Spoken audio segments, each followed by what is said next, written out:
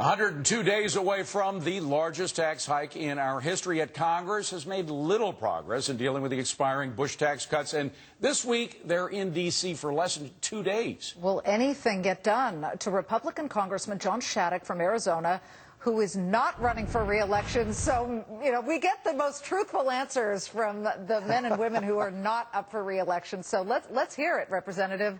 Tell us, do you think anything will get done between now and the election?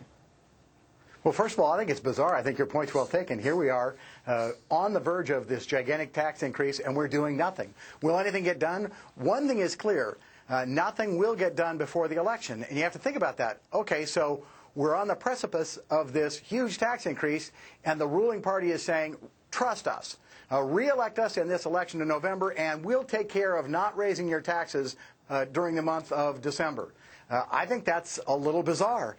And I think that the American people are being asked to gamble on the Congress doing something. They've had a year and a half. They've had almost 2 years to get something done. They haven't done anything. Now they say, re-elect us and trust us. We'll make sure your taxes don't go up. Well, the magic number is 39. That's how many Democrats have to go over to the Republican side in order to prevent a tax increase. Apparently, this is just out from Politico. They've got 38 now. They're 38. You guys have 38 Democrats in the House willing to come over and go against the president on this issue. If it reaches the 39-point level, what happens then? Do you try to push something through quick to keep taxes where they are? I think we'll try. I think Nancy Pelosi will use the procedural power she has as Speaker to make sure nothing happens. We're not being driven by anything other than ideological fervor right now. Her fervor to make sure that we do not reduce taxes, that we keep the American economy in fear and in limbo of these tax increases going into effect. It's kind of bizarre. I mean, everybody understands that there are billions of dollars sitting on the fence waiting to jump into this economy, being told, no, we're not going to establish any rational policy. We want you to re-elect us, and then we'll figure out what to do after that. I think Republicans will try. I think it'll be hard. Okay, let's get to paying for this, because nobody likes a tax hike. They don't even like reverting back to the mean, which is what we had before the Bush tax cuts. But just to extend the Bush tax cuts, for all intents and purposes for everybody, 1 year would cost $116 billion, 2 years, $337 billion. How do we pay for it if we're being fiscally responsible? Well, I think we absolutely have to be fiscally responsible.